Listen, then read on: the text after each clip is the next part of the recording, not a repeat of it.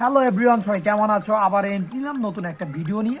এই ভিডিওতে দেখাও যে অনলাইনে ট্রেনের টিকিট কিভাবে বুকিং করতে হয় 3-4 দিন আগে, বা 3-4 দিন আগে ট্রেনের টিকিট কিভাবে কাটবেন এই ভিডিওতে ফুল দেখিয়ে দিব A to Z।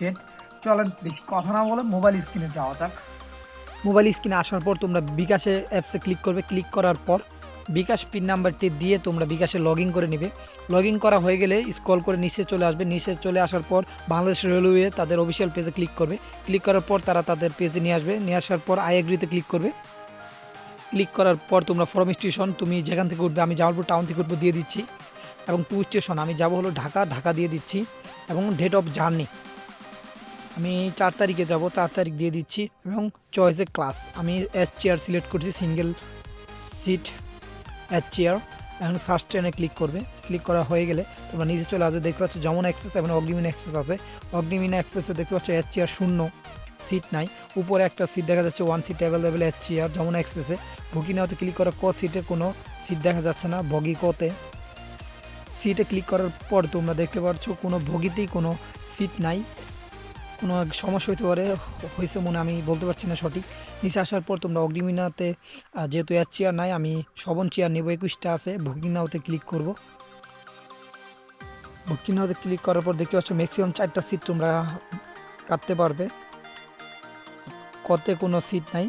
ঘতে 8টা আছে, নিয়তে 13টা আছে। ঘতে কাটবো আমি, ঘতে ক্লিক করে দিলাম। ক্লিক করা হওয়ার পরে দেখতে পাচ্ছ 1-2 খালি আছে, এবং হলুদ কালারগুলো যেগুলো দেখতে পাচ্ছ এগুলো সেল হয়ে গেছে।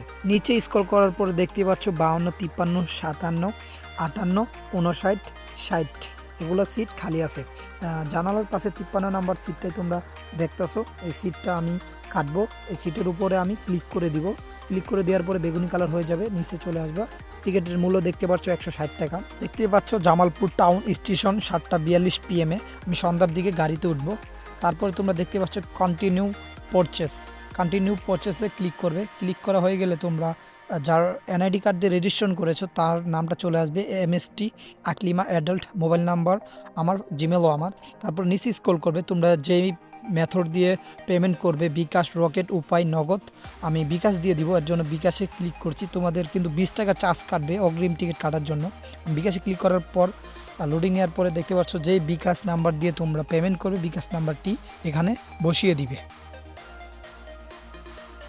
বিকাশ নাম্বারটি বসানো হয়ে গেলে দেখতে পাচ্ছ কনফার্মে ক্লিক করবে। কনফার্মে ক্লিক করার পরে এই নাম্বার একটা ভেরিফিকেশন কোড যাবে, ভেরিফিকেশন কোডটা তোমরা বসিয়ে দিবে। দেখতে পাচ্ছ আমার ভেরিফিকেশন কোডটা চলে এসেছে, আমি ভেরিফিকেশন কোডটা বসিয়ে দিচ্ছি। ভেরিফিকেশন কোডটা বসানোর পর তোমরা নিচে দেখতে পাচ্ছ কনফার্ম লেখা, কনফার্ম লেখাতে তোমরা ক্লিক করে দিবে। কনফার্ম লেখাতে ক্লিক করার পর তোমাদের যে বিকাশ পিন নাম্বার আছে, তোমরা বিকাশ পিন নাম্বারটি দিয়ে আবারও কনফার্মে ক্লিক করবে। কনফার্মে ক্লিক করার পর তোমার যে টিকিটটা ক্রয় করা হয়ে যাবে, তোমরা প্রিন্ট ইউর টিকিট নাওতে ক্লিক করবে। ক্লিক করার পর তোমাদের টিকিটের যত ইনফো বা তথ্য আছে সবগুলো দেখতে পারবে।